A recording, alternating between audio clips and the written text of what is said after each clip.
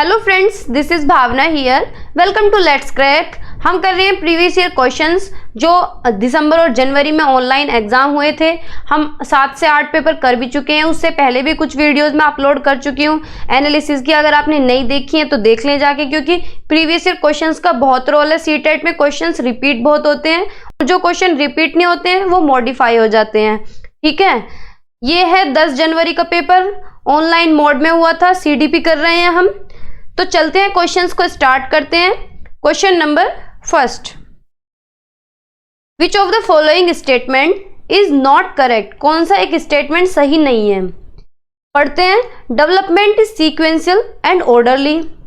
तो ये तो सही है कि विकास जो है एक सीक्वेंस में होता है, एक ऑर्डर को फॉलो करता है, एक यूनिफॉर्म पैटर्न में होता है। यानी जैसे स्टेजेस चल रही हैं कि बच्चा प्रीनेटल में आएगा, फिर उसके बाद इन्फेंसी में आएगा, फिर अर्ली चाइल्डहुड, फिर लेटल चाइल्डहुड, फिर एडोलसेंस। तो हर एक स्टेज को पार करना होता है, यानी सीक्वेंस में चलता है, एक यूनिफॉर्म पैटर्न में चलता है।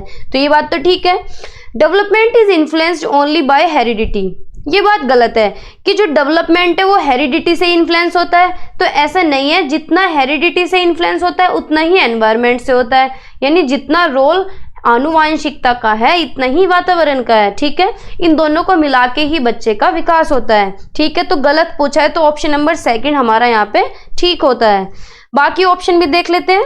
All spheres of development are interrelated. ये बात ठीक है कि जितने भी स्पेयर हैं वो सारे एक दूसरे से इंटर रिलेटेड हैं, एक दूसरे पे इंटरडिपेंडेंट है। चाहे वो सोशल हो, चाहे वो इमोशनल हो, फिजिकल हो, कॉग्निटिव हो।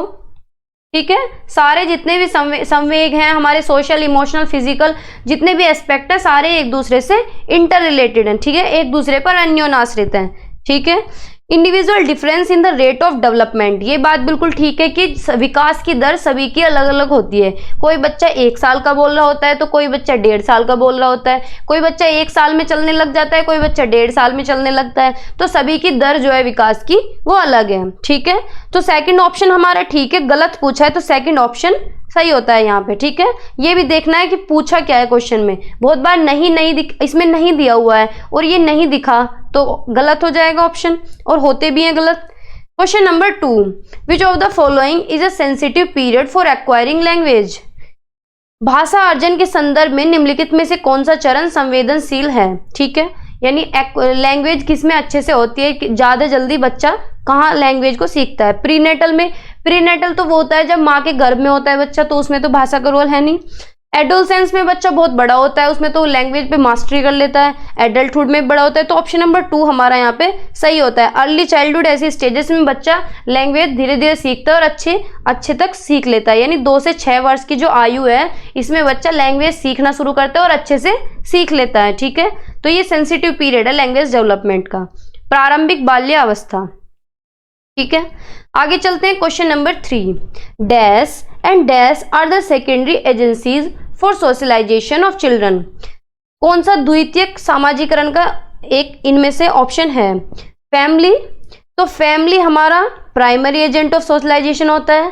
ठीक है, बच्चे का जो सामाजिकरण होता है वो उसके घर परिवार से होता है, तो फैमिली तो प्राइमरी होगी। तो जिस ऑप्शन में फैमिली है वो तो हमारा कट जाएगा। इसमें फैमिली आ रहा है तो ये भी नहीं होगा।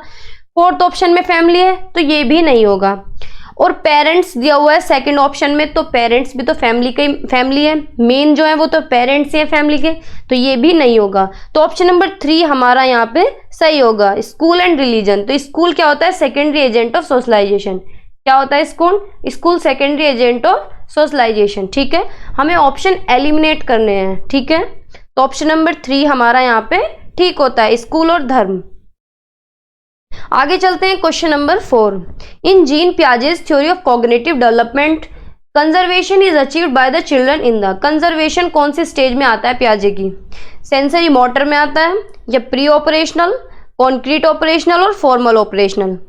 तो सेंसरी मोटर होता है जन्म से 2 साल। ठीक है, प्री ऑपरेशनल होता है 2 से 6 साल, कॉन्क्रीट ऑपरेशनल होता है 6 से 12 साल, और फॉर्मल ऑपरेशनल होता है 12 से 18 साल। ठीक है, कंजर्वेशन आता है कॉन्क्रीट ऑपरेशनल स्टेज में। ठीक है, कॉन्क्रीट ऑपरेशनल में क्या होता है? बच्चा कंजर्व करने लगता है, रिवर्सिबिलिटी आ जाती है। रिवर्सिबिलिटी आ जाती है, यानी बच्चा पलटाव करके सोचने लगता है, बच्चे को पता चल जाता है कि एरिया का, वॉल्यूम का कंसेप्ट क्या है, कंजर्वेशन की उसके अंदर नॉलेज हो जाती है। ठीक है, रिवर्सिबिलिटी आ जाती है इसमें, क्लासिफिकेशन आ जाता है इस स्टेज में, सीरिएशन आ जाता है, बच्चा सीरीज में लगाना चीजों को शुरू कर देता है, ग्रुप बनाना शुरू कर देता है। ठीक है, तो ऑप्शन नंबर 3 हमारा यहाँ पे ठीक होता है, मूर्त संक्रात्मक अवस्था। आगे चलते हैं question number 5। For children who are in concrete operational stage teacher should not. Concrete operational stage में टीचर को क्या नहीं करना चाहिए? Give opportunities for classification. तो सही बात है, बच्चे को अपॉर्चुनिटी देनी चाहिए जिससे वो चीजों को क्लासिफाई करे, वर्गीकृत करना सीखे, तो ये बात ठीक है। Give problems that require abstraction. ये बात गलत है, इस स्टेज में बच्चे के अंदर एब्स्ट्रैक्शन नहीं आता, एब्स्ट्रैक्ट रीजनिंग नहीं आती, ये आती है फॉर्मल ऑपरेशनल में। ठीक है, बच्चा क्या है, एब्स्ट्रैक्ट रीजनिंग नहीं लगा पाता, उसकी सोच इतनी ज्यादा नहीं डेवलप होती। ठीक है, सीरिएशन आ जाता है इस स्टेज में, ये बात ठीक है। कॉन्क्रीट रिसोर्सेज, ये बात भी ठीक है। तो ऑप्शन नंबर 2 हमारा यहाँ पे सही होगा।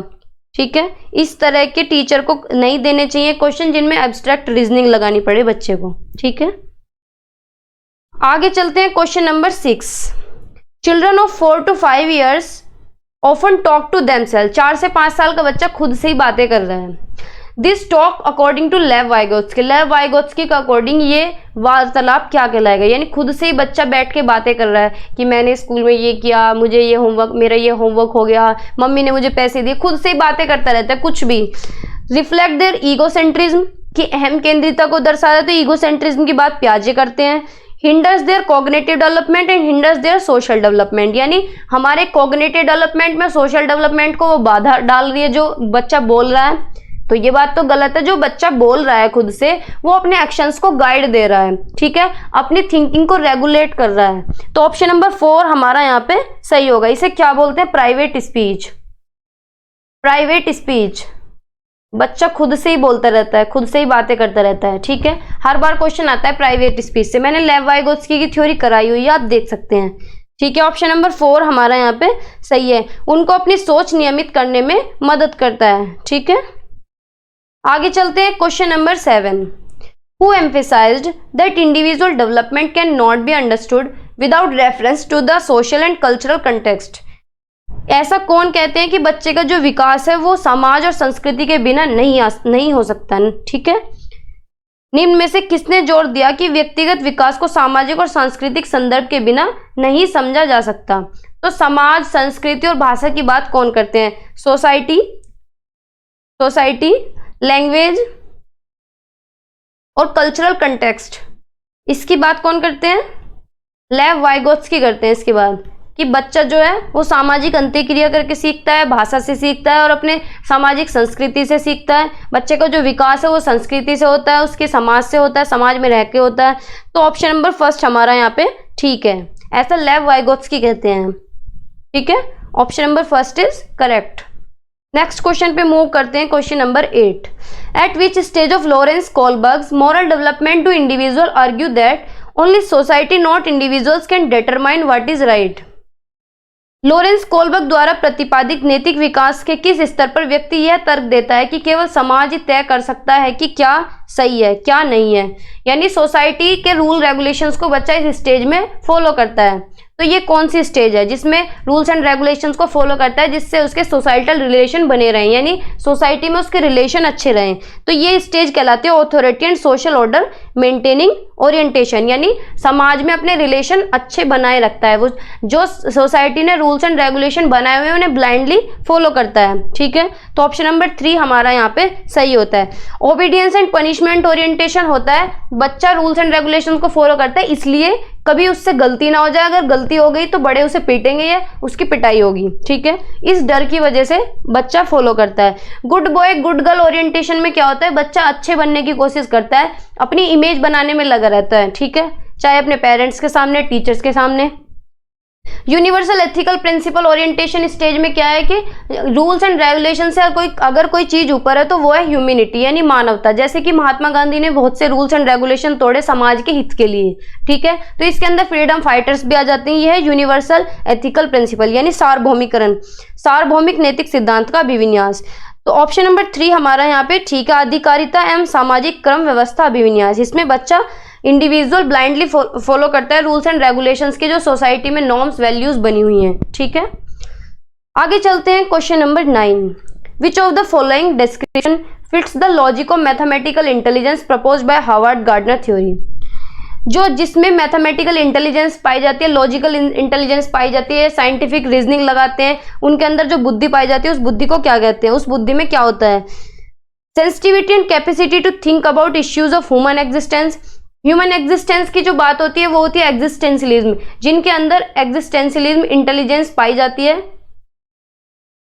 वो क्या है? लाइफ के बारे में समझ लेते हैं कि हमें जीवन क्यों मिला है, किस लिए मिला है, हमारा उद्देश्य क्या है, हमें क्या प्राप्ति करनी है। तो इसके अंदर हमारे ऋषि मुनि आ जाते हैं। मानवीय अस्तित्व के मामलों पर सोचने का सामर्थ्य व संवेदनशीलता। ये लोग सोचते हैं कि हमें जीवन मिला है, भगवान का ध्यान लगाना चाहिए, तो इसके अंदर ऋषि मुनि आ जाते हैं। ये 9th जो नई ऐड हुई है ये वो इंटेलिजेंस है। ठीक है, existentialism. Sensitivity to rhythm and sound, जो जिन्हें रिदम और साउंड की नॉलेज होती है उनके अंदर होती है म्यूजिकल इंटेलिजेंस। क्या होती है? Musical intelligence. ठीक है, potential to recognize and manipulate the patterns of space, इनके अंदर पाई जाती है स्पेशल इंटेलिजेंस। जो दिमाग में इमेज बनाते हैं या आर्किटेक्चर इसके अंदर आ जाते हैं कि कोई भी जगह देखिए अपने दिमाग में पैटर्न क्रिएट कर लिया कि इतनी सी जगह में इस तरह से नक्शा बनना है घर का। ठीक है, capacity to analyse problems by reasoning and investigating issues scientifically, ये होता है लॉजिको मैथमेटिकल। इनके अंदर पाई जाती है इस तरह की बुद्धि, तर्कीय बुद्धि, कि ये रीजनिंग तर्क करना जानते हैं, तर्क लगाना जानते हैं, नई नई चीजों को इन्वेस्टिगेट करते हैं, साइंटिफिकली सोचते हैं। ठीक है, तो इनके अंदर पाई जाती है मैथमेटिकल इंटेलिजेंस। समस्याओं को तर्कपूर्ण तरीके से विश्लेषण करने में, मसलों की वैज्ञानिक दृष्टि से विवेचन करने की क्षमता। ठीक है, तो ऑप्शन नंबर 4 हमारा यहाँ पे ठीक है। हार्वर्ड गार्डनर की थ्योरी मैंने कराई हुई है, आप देख सकते हैं। Question number 10, in a progressive classroom learning takes place through interaction and dialogue. ये बात बिल्कुल ठीक है। प्रगतिशील कक्षा में अधिगम कैसे होता है? इंटरेक्शन से ज्यादा इंटरेक्ट करते हैं बच्चे टीचर्स के साथ, डायलॉग डिस्कशन होता है टीचर्स के साथ, पीयर्स के साथ, अपने एडल्ट्स के साथ, तो इससे बच्चा अच्छे से सीखता है, इससे लर्निंग मीनिंगफुल होती है। बाकी ऑप्शन गलत है, देख लेते हैं। वैसे is a one way transmission from the teachers to the learners. One way नहीं होते, मल्टीपल वेज होते हैं ट्रांसमिशन के, टीचर्स टू लर्नर्स और लर्नर्स टू टीचर्स। ठीक है, takes place through passive reception, passive reception नहीं होता, एक्टिवली होता है।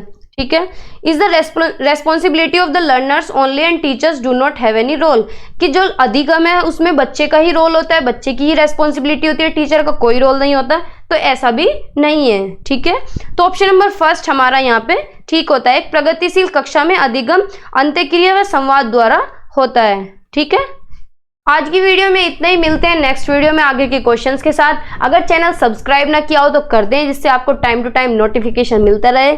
Thank you.